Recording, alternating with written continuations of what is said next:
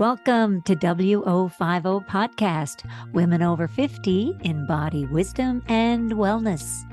I am with my dear friend Eddi, and my name is Corrine, and we took a deep dive today into reflecting the importance of reflection and looking back on the year 2023, even though we're still in it right now, or maybe when you're listening to it, we're not, but just the importance of looking back and on your life, the past year maybe, and what you enjoyed. So what did we talk about, Ed? What were the highlights? Well, we talked about all kinds of stuff. We talked about personality traits, who was an upholder and an obliger, and you went into those tendencies of people. We gave some book ideas. We talked about our gratitude times, what we've learned in 2023. What are some of our biggest teachings? Yeah. What else? Yeah. Teachings, challenges. We asked kind of different questions looking back on 2023, and we talked about the importance of, and the difference between, being in the moment and purposefully and meaningfully looking back at, rather than just ruminating over and over and about it, but just sitting down, journaling about it, writing about it, and looking at just at different situations and things that reflected how we dealt with things like that, like what's important to us, what's challenging to us, what we didn't do very well, what we would do differently. Oh, and we mentioned a few wonderful books. Yes, we gave some recommendations, and they are in the link below. So we hope you enjoy it. See you soon. Hello, Ken. Hi. So how are you? I'm good. I'm a wee bit tired. It was Thanksgiving yesterday. And, yes. Did you eat a variety of foods? Yes, a big variety of foods. Even I cooked ginger carrots to bring over to my friend Kathy's place. That's nice. Colleen's recipe, where you just literally saute the carrots in butter and add ginger at the end. It's divine. It's like they turned out like candied ginger carrots. Oh, perfect. So I brought that. And anyway, so usually I get invited because I'm Canadian, and Thanksgiving's very different down here. It's a really big deal down here. So everybody feels bad if you don't have somewhere to go. And I couldn't care less, really. But this year so usually I don't accept the very delightful, invitations. And I just stay quiet and enjoy, but I kind of stay quiet and enjoy a lot of the time my space here at Ivy House. So I said yes to my friend Kathy, and I know mostly her family. Like I know her mom and dad, I know both her daughters and her husband. And then also they had some other friends over, and it was really lovely. It was really, it was really, really lovely. And of course, in the South, they put meat in their vegetables.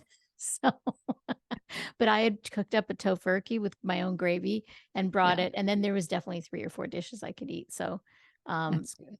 Yeah. And then different desserts, pumpkin pie, pecan pie, cheesecake. How do you choose? So you take a little sliver of everything. Mm-hmm.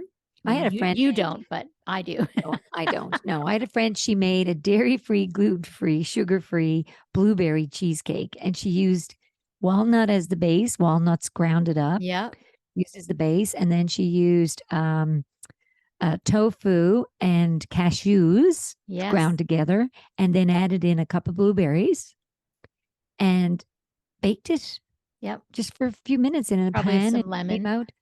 Yep. And it was in a circle pan. And then at the top, like she had crumbled some nuts, on the top, like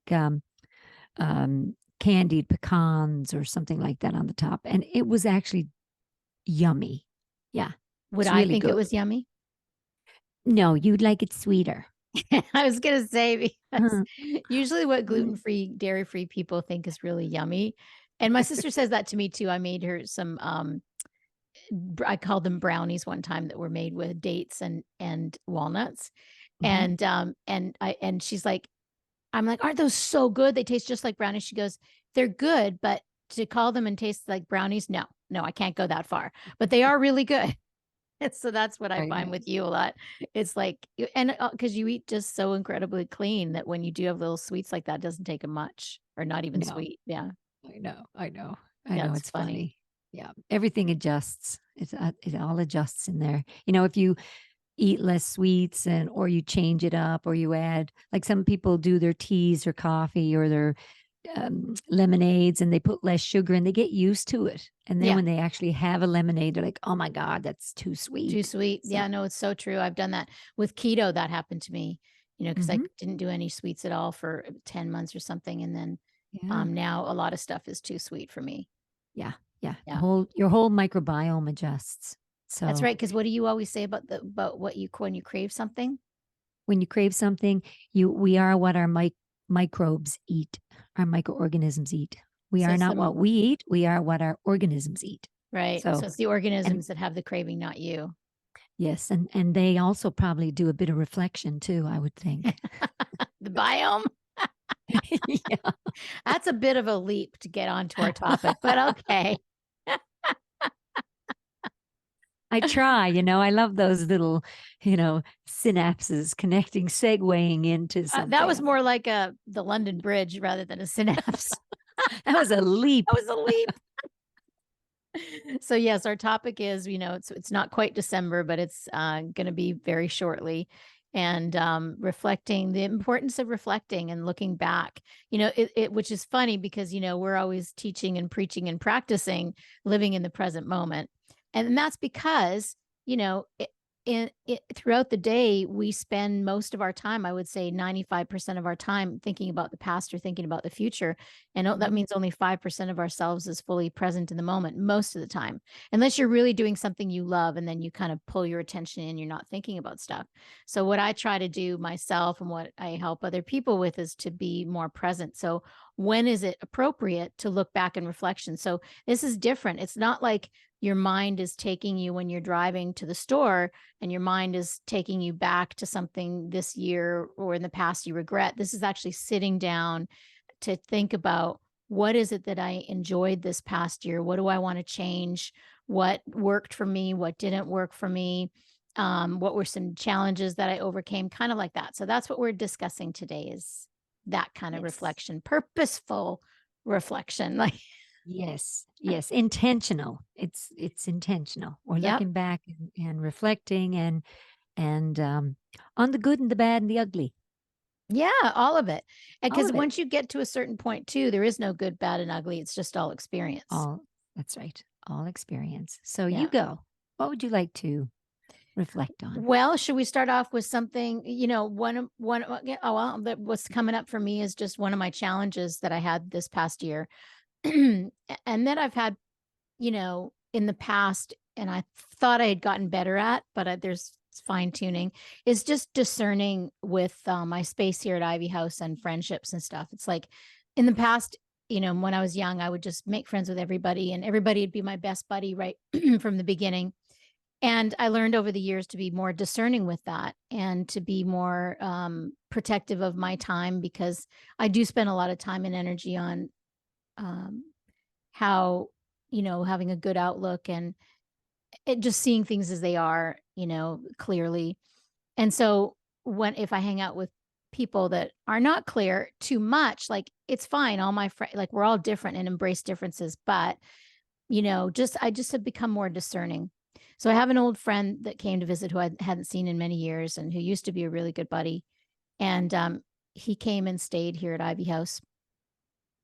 And then I was leaving to go out of town to Canada. And I was like, oh, you can just stay here while I'm gone. And, we do that all the time here at Ivy House. It's kind of a open door policy. Um, and it was a bit of a mistake because he wasn't returning my calls, didn't do the watering of my yard, and some of my flowers died. And I got back and he'd rearranged my living room furniture. What? I also broke my arm and called him to see if he could pick me up at the airport because he was still at my house 3 weeks later, 3 weeks later. And he was leaving that day that I was arriving, and he didn't stay to pick me up and help me with my luggage and stuff. So, and I'm not like, at first I was really, really ticked off at him and I wanted to call him and tell him off. And then I was like, whatever. He didn't do it on purpose. He's a very nice person. He just is not a great guest, or he doesn't think he's not a great guest, because he did do some things around Ivy House that he thought would be helpful. He fixed a couple of clocks that were broken and did things that so in his mind, he is a very good guest and he liked the way he rearranged the furniture. So that's why I don't dwell on it.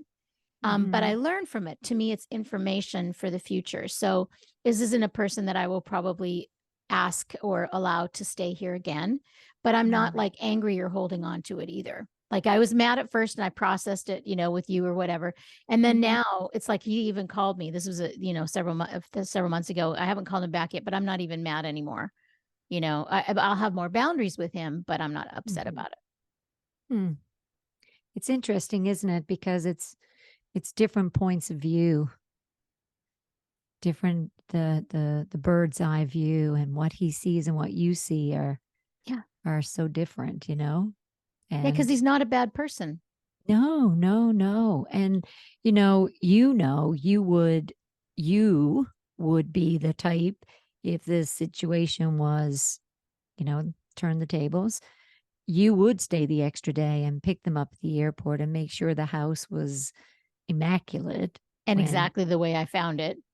Yeah. Yep. And everything. And just when you're gone all that time. So, they had that free space, and sometimes it's worth having the conversation. And sometimes some people just continue to do what they want to do, and it's who they are. And maybe it's without awareness, or maybe it's awareness is placed somewhere else, right? Like, who knows? I don't know. Yeah, I The know him beauty of well enough to know that if I don't know that he'd change if I talked to him. That's why I didn't have the conversation. And he doesn't live in the same town, and I don't see him a lot. If he was a friend that I saw all the time, I would definitely just have a conversation about it, not blaming and complaining, but just like, this is how I would like when you stay at my house for it to be. So what happens, what I think most people would do is just be so upset, cut him off, not talk to him, and have a big story and be mad at them forever. I don't do that. I do have some friends that I've let go of over the years, but I don't have a big story about it. It's just that we're just kind of not vibing on the same frequency anymore. And I think that's so looking back on 2023, I do have a bit of a disappointment maybe in myself that I allowed that to happen. I don't blame him. It's more me taking responsibility for me and just being a little learning in the future to be a little more discerning, because our space is sacred here. And I'm, I want it to be clean and clear when people come in here. So And you can feel that when you enter Ivy House. It's just a beautiful space, and there's you feel you've landed. It's almost like coming home. Whatever that feeling is, that's what it is. And I always love Ivy House because I land. Thank you.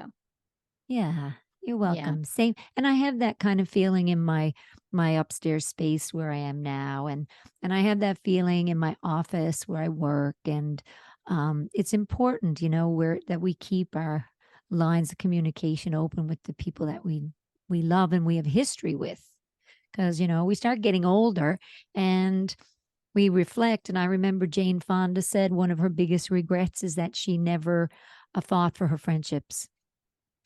She never kept them and nourished them.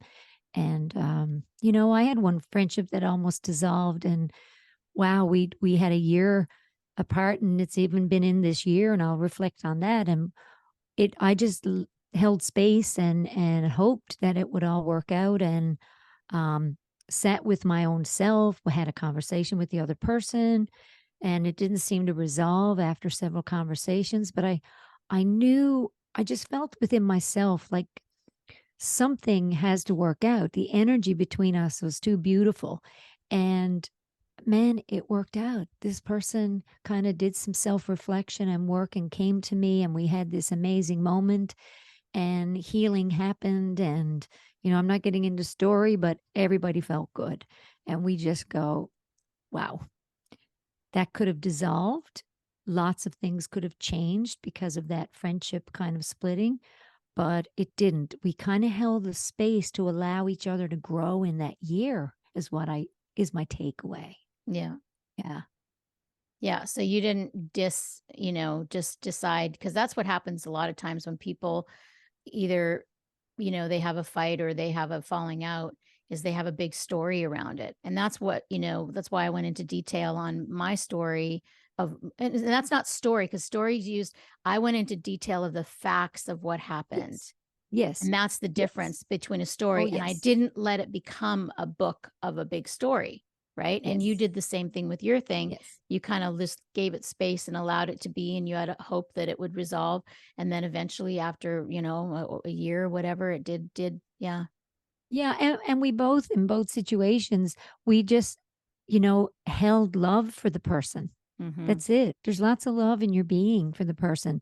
And I just allowed the situation to hopefully take care of itself. But I knew where my heart was, Yeah. I knew. So, but I can't change that for anybody else, right? We don't know what other people are going through. And that's the other thing about taking things personally too. Like that's, you know, one of the four agreements is not to take things personally. And that's been my work most of my life, not being defensive, not assuming, not taking things personally, be impeccable with your word. Man, what one of the best books. Yeah. Yeah. I can put a link to that. The Four Agreements is Yeah. something I hand out. I've probably given out 50 of those over the years. I used to buy them in bulk because you can get them at the used bookstore for like $1 each. Oh, And I'd wow. buy them in bulk and give them out to everybody who came in. I gave it to my dad years ago, and he really I liked it love it. actually. Yeah, I it's a love, good and that one. book's been out a long time, so it's one of And it's my, got layers to it.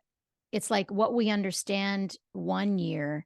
That's also one of the benefits of reflection is like, I remember I learned this working with Deepak Chopra many years ago is, when you work with somebody like that and you listen, I would hear his lectures over and over and over. And there's only so many stories he has to tell. And so I would hear the same stories, like being with him for 3 or 4 years over and over again. But I would understand every year, I would understand what he was saying a little bit deeper, a little bit more, Mhm. and that's, I think what we do by reflecting it and just by living life is we kind of keep going through kind of the same scenarios with different faces involved and see Yes. if we can get through with more grace and ease. It's never going to just be smooth because that's not what life is. No, no. And when you reflect back on it and you go, wow, I moved through that with grace, just grace and dignity and Or maybe I didn't respect. work through it in grace and maybe I could use more of it. Exactly. Exactly. Yeah. Or we could fall into grace. The name of a great book, is that your segue into your book recommendation? Yes. Well, you recommended that for me, Falling into Grace, Adyashanti, and love that book. Yeah. Yeah, it's not And I it's read it differently. Yeah, yeah, every year yeah, it's a different read. yeah. I listened to that book falling asleep most nights. So I've probably listened to it, Oh, I don't know, 50, 100 times. I did that wow. with Power of Now to Eckhart Tolle. I would drive back and forth between LA and San Diego years ago. And I would listen to the because basically in the Power of Now, he keeps saying over and over again the importance of the present moment. So I would drive back and forth listening to it and just be really present with the drive and with everything. And so I did Yes. that with Falling into Grace too. That's Yes. a Yes. classic, That's good why, one.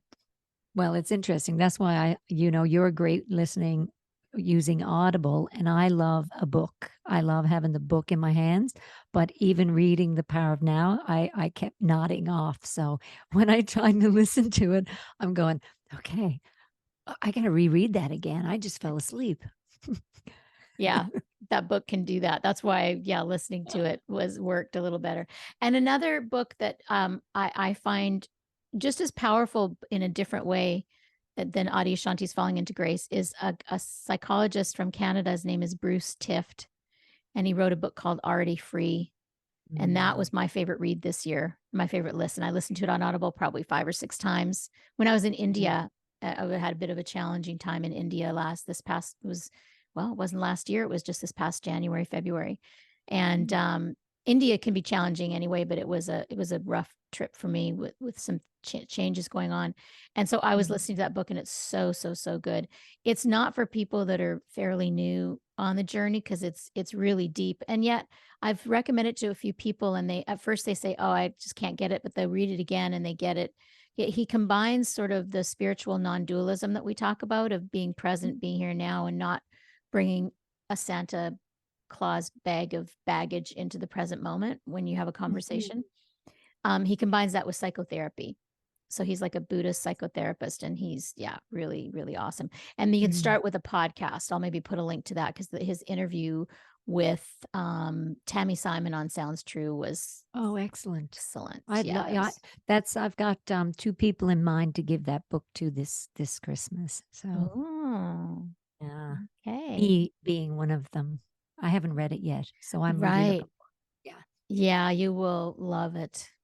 Yes, I know I will.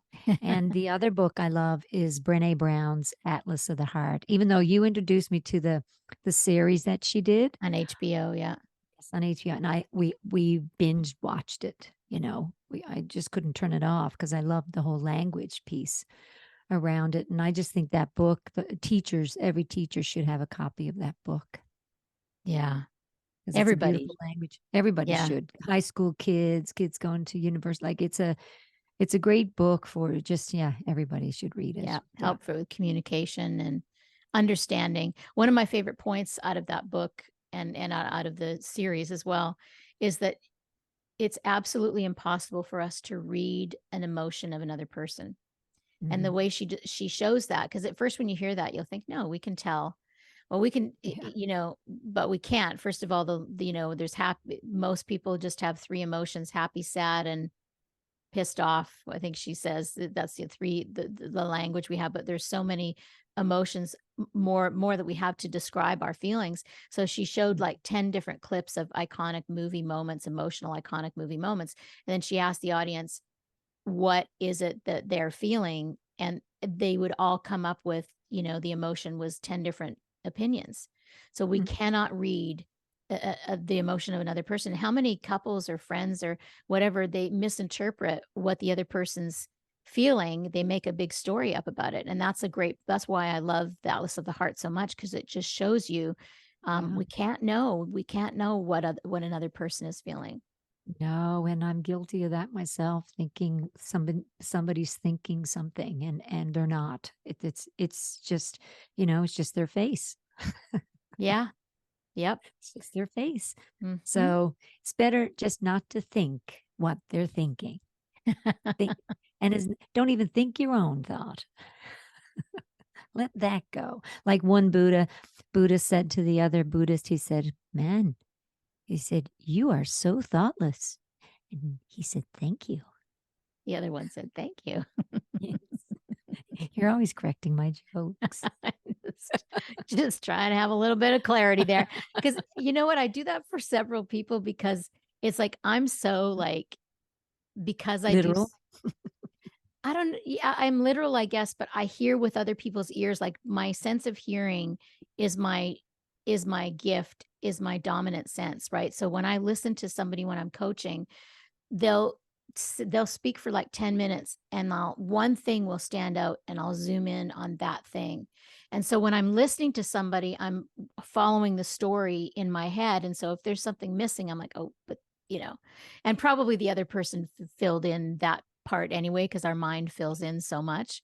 Yeah. But just from teaching retreats for so long, I'm so used to trying to be as clear as possible with people, which is probably going into something that I need to work on, which is taking, you know,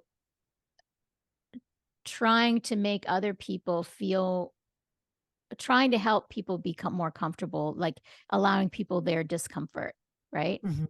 Mhm. Because a lot of Yeah. times we aren't comfortable with others' discomfort. And Well, and that's, we've been friends so long, you know, how can you understand fully my inner growth, right? And but we know each other so well, there is a right, I'm going to screw up a joke. And I hope one day to surprise you where I get the joke accurately. Like that's but it doesn't matter because it is what it is, right? It's just, yeah, until it isn't. Yeah. So so we talked about our books. What is something that you're proud of from this past year, the challenge that you overcame that you want to give yourself a pat on the back for? I know what. Okay, what? You go. Sicily. Sicily, yeah, our That was a trip to challenging Sicily. trip, and you It was know, we challenging, got through and it. Yeah.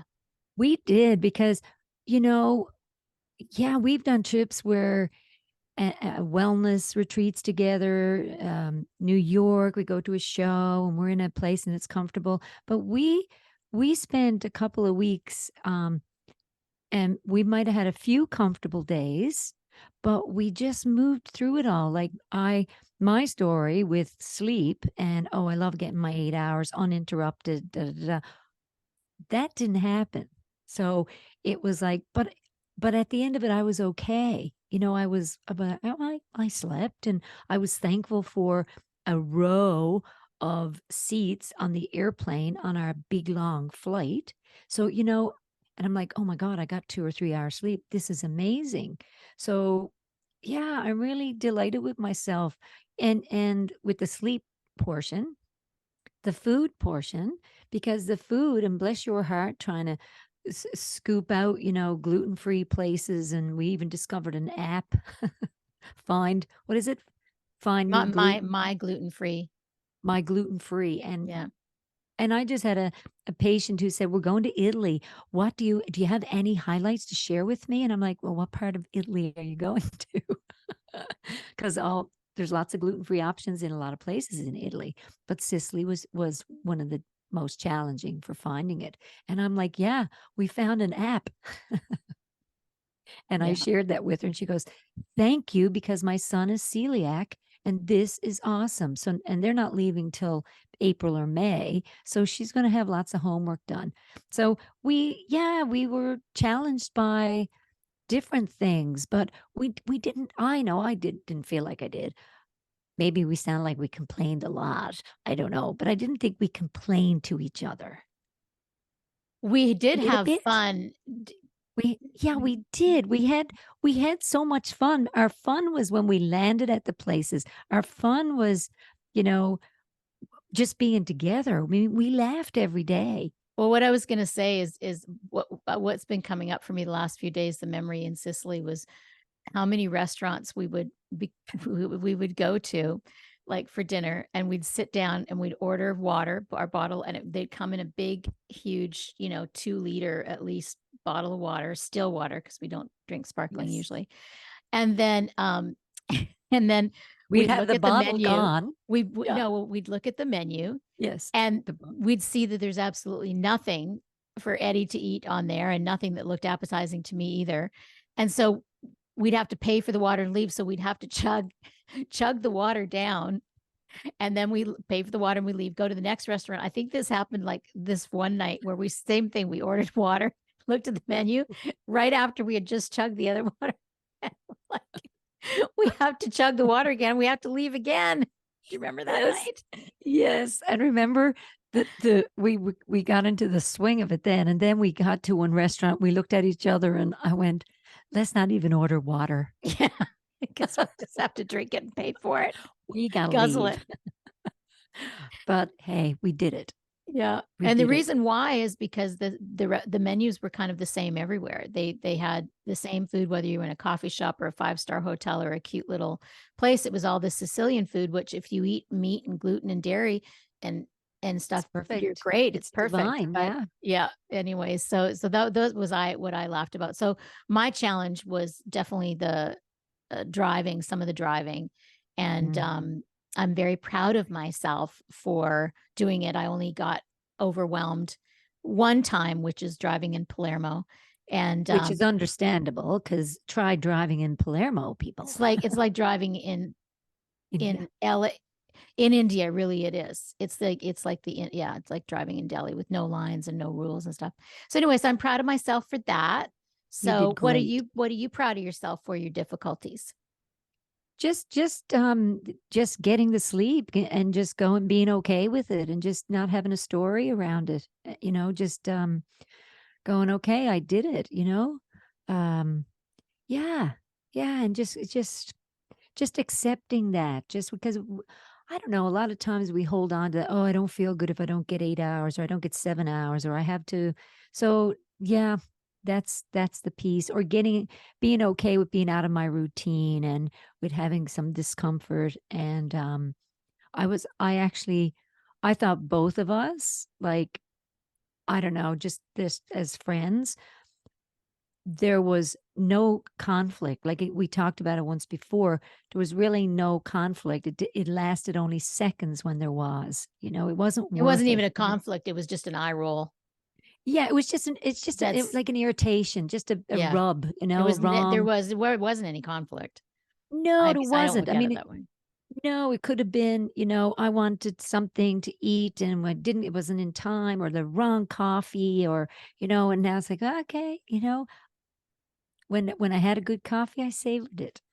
Or I had a good tea, or, I found I savored a bit more. And I'm okay even when the discomfort, kind of arose. I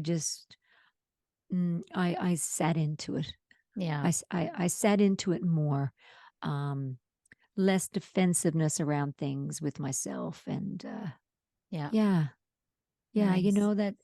Yeah, and just also being able to, even coming back from the trip, and even now back into life and family and friends and being around, I truly feel, I when I say yes to something, I want to feel it's a true yes, not to please, not to always please, or, you know, and in my work life, that's kind of probably been one of my challenges. Is I would work the schedule full, over full, Yeah.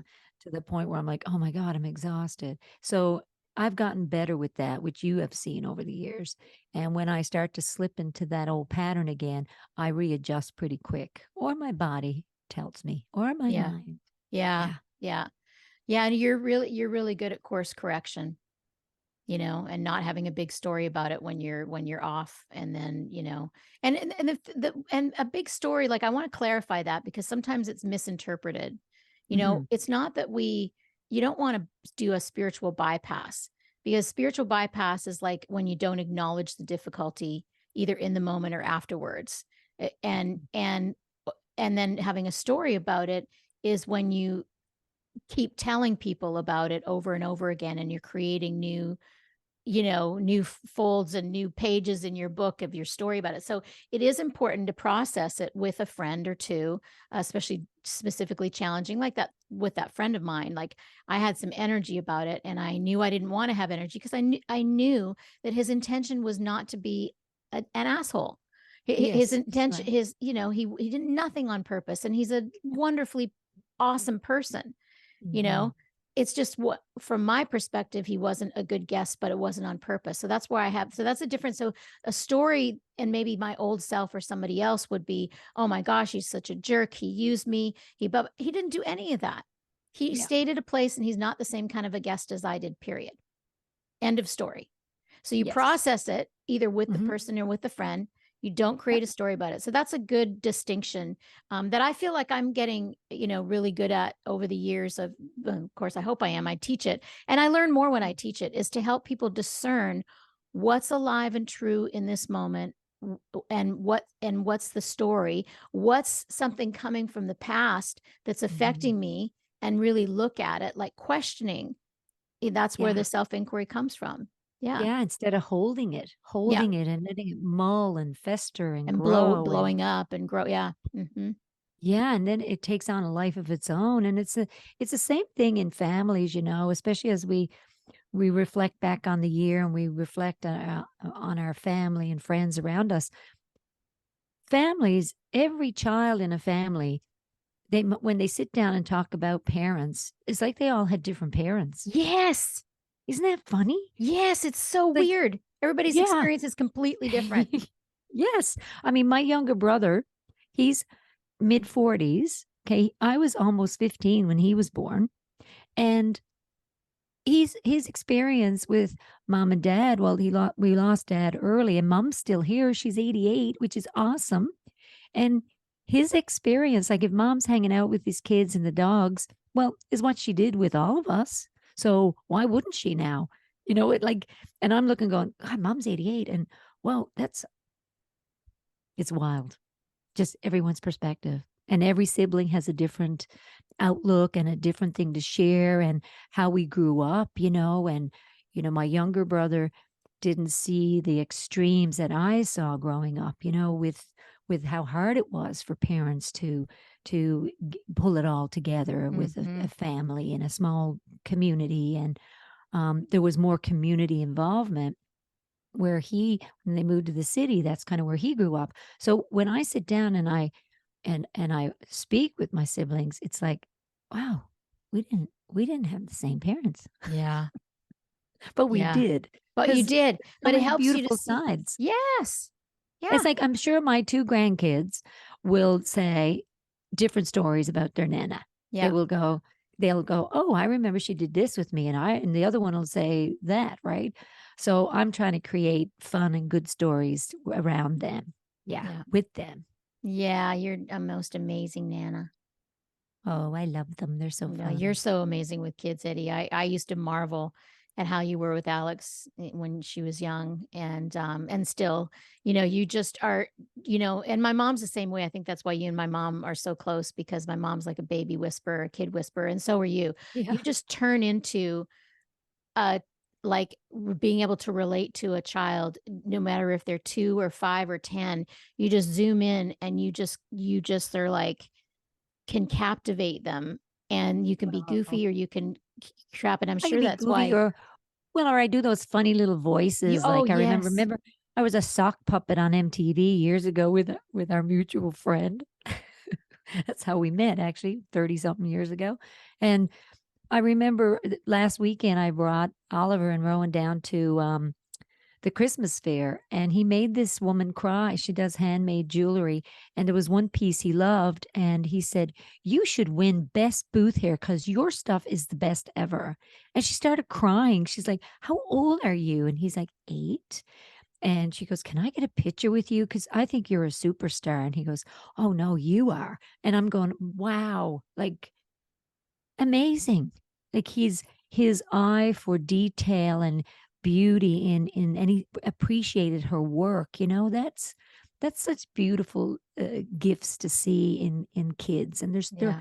they're so smart out there these days, these little Yeah. ones, they're Yeah. brilliant little Yeah, they are. Kids, what comes out of the ones. mouths of babes is just awesome. Yeah. No, they're beautiful and smart, and yeah, Yeah. it's amazing. Yeah.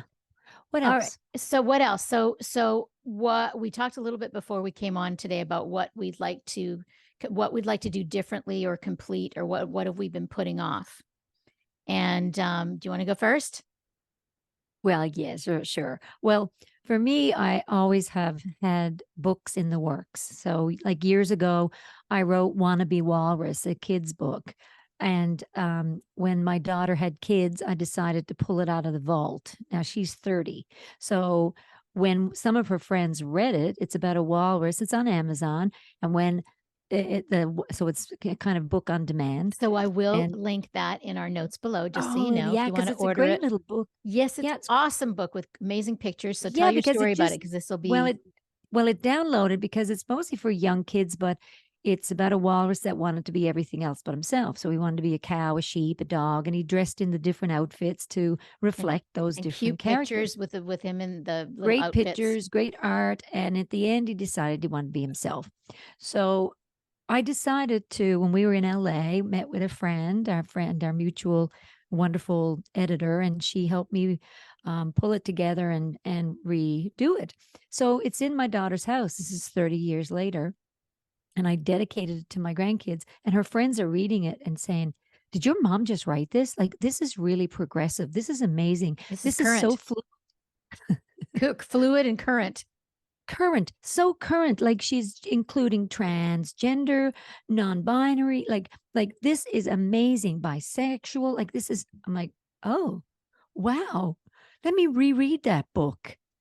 So I reread it and I'm going, this was really cool. So it's a really sweet little story that happened so innocently. So this year, I have these little projects, these little books that have been sitting around for a while that I need to put some time aside and really get these works put out.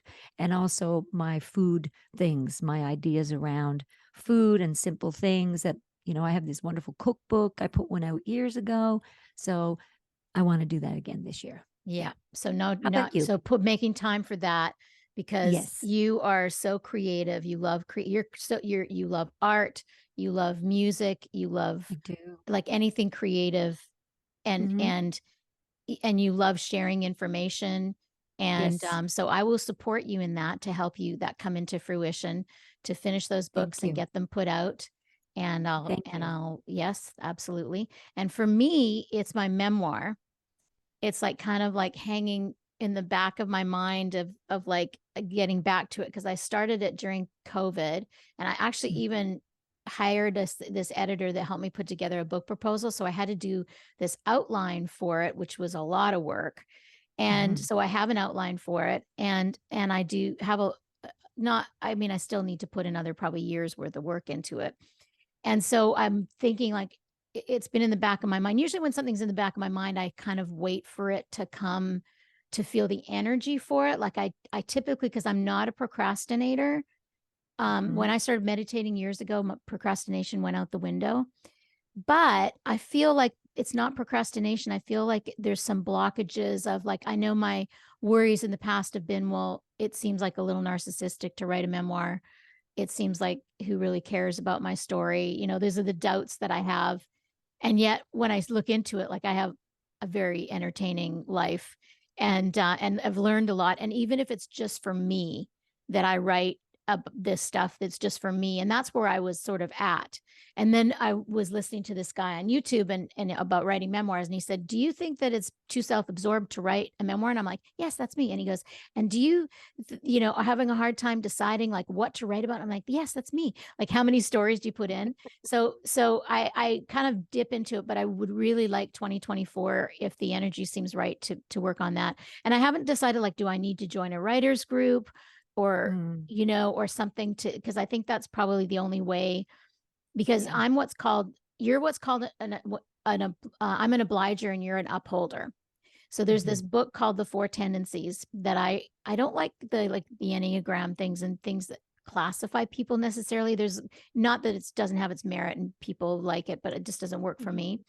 But I like this one book called The Four Tendencies, that just all it does is look at how you are with commitments. That's it. Mm. Outer commitments and inner commitments. That's what it focuses on.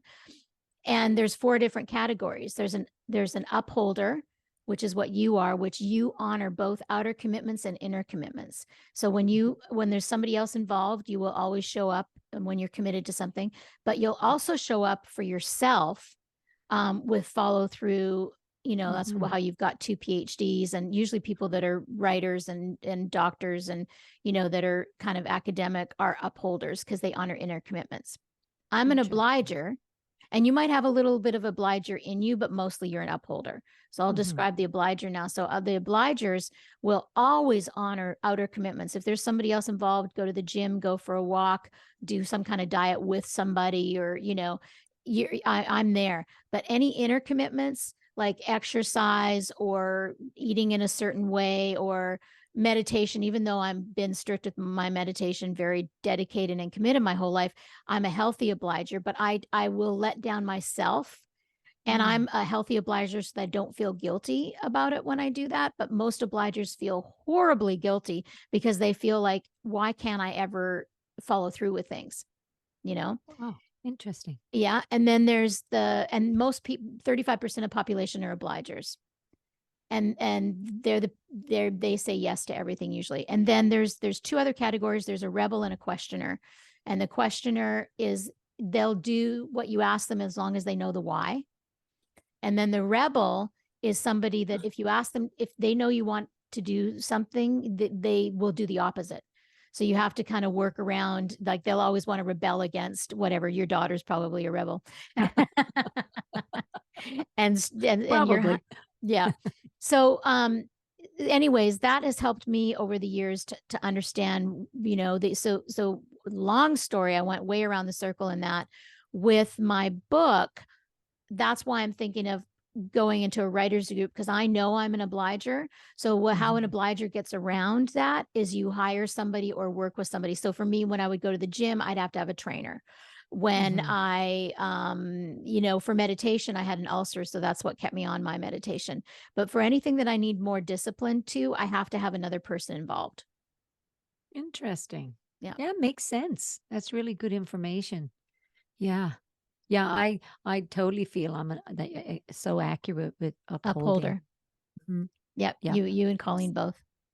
And my sister. Well, and my sister too. I have Isn't that all kinds of interesting? upholders in my life. Wow. Wow. And But neither one is better than the other one. It's just no, part of your it's trait, right. It's that's personality the trait. thing is that we all have all of them in us to a certain amount, but there's one we operate. So that's why I like for people to understand that within themselves. That's why I'm passionate about knowing yourself, is because when you understand that, then you know what you need in order to complete your goals. So I know for the memoir, I need to maybe, and even saying it out loud, I probably need to join a writer's group to get going on it, because it doesn't seem to be happening with just me. Mm. Yeah. That's a good point. See, so I think now that we know what we want to do for 2024, which adds up to 8, is we can get it done. So we just encourage each other and ask each other, how's it going with that? Not with any pressure. And if it didn't get done this year, there's next year. So, we're all going to start New Year's resolutions and that kind of thing. Start one today. Do one in April. Do another one doesn't have to be at January, because people always feel like they failed if they don't, they mess up their New Year's resolution. So that'll be another podcast, won't it? Yeah, yeah, absolutely. We can talk a little bit more about that in the new year. But this is kind of the first step why we wanted to talk about this. Is the first step is really a reflection. So I think it's even more important, or maybe just as important. I don't know. I don't like that. And I think you don't either, the New Year's resolution, because it sets you up for disappointment. But there are ways to reflect and to have goals with some fluidity to it, but some accountability, finding a balance in whatever works for you.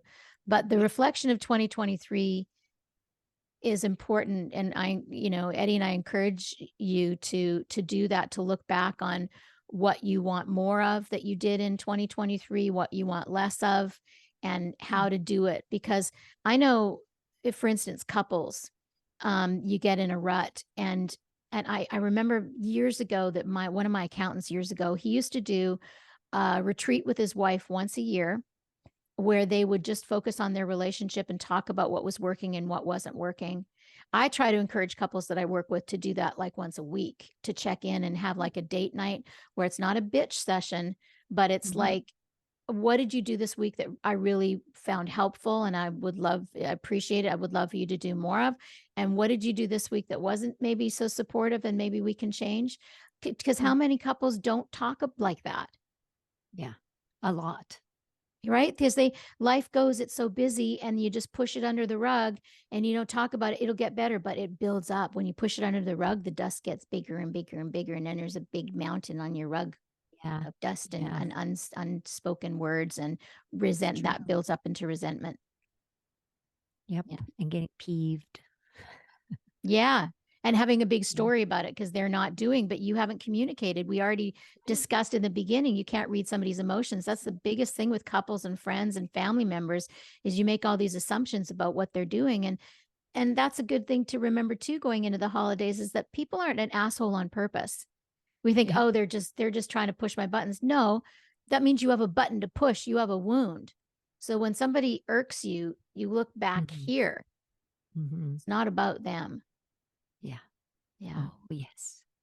And there's lots of people out there that are amazing teachers, aren't they? Oh, there's so many things. Life is our teacher. Life is our lesson. Yeah. 2023 was fast. Very fast. I cannot It went by very fast, and Like, everyone says it. I So, feel like it was yesterday that you came to Nashville in March this year and June, which I loved. But yeah, that was early in 2023 that you were here, and it seems like yeah. 10 years ago and a week ago all at the same time. Same with Yes, and Sicily. everything we've done, like it's like, I had my pickleball game yesterday, and everyone's like, "We haven't seen you in a while." I'm like, "Yeah, I was in Sicily," and we're all catching up, and everybody had been traveling, but it felt like it was last year that I had Yeah. had that conversation with them. Yeah. Like it's Yeah. so, savor the moments, enjoy your reflections. Yeah. So you're not dwelling in the past, but when you have you mindfully sit down and journal about it and write about it, and you ask yourself unique questions, not just like, what did I like about last year, but like, what was hard for me last year? What am I proud of myself for from last year? Mhm. What do I want more of? What really worked for me last year? Really looking at things that way. And then in that intention going into the new year. Yeah. Yeah. Be reflective. I love talking to you. You know that? Me too. We never run out of things to talk No, we about. don't, and we didn't in Sicily too. I don't think we had one meal where we weren't speaking. It's like we're always like talking about something unique. I remember being in relationships before where Yeah. after you've been around somebody for a year or two, it's like you have so many meals where you don't have anything to talk about. But that never seems to happen with most girlfriends. No, no. There's lots to talk about. As long as you want to share it, there's lots to talk about. That's true. That's a good key, Eddie, as long as you want to share it. We encourage you to share and to be open and transparent because ultimately we're all the same. Even though it's all 7 billion people on the planet, we're all having a different bird's eye view, as you would say. We're having a different view. We still all want love and happiness and peace and contentment, every single human being on the planet. They might be going about it in a different way than we would, but we're all human. We all want the same things. So, yeah. Thank you. Thank you, Ed. Until next time. Love ya. Love Thank you for too. listening. Thank you for tuning in. Thanks. Share it with somebody who you think might need it.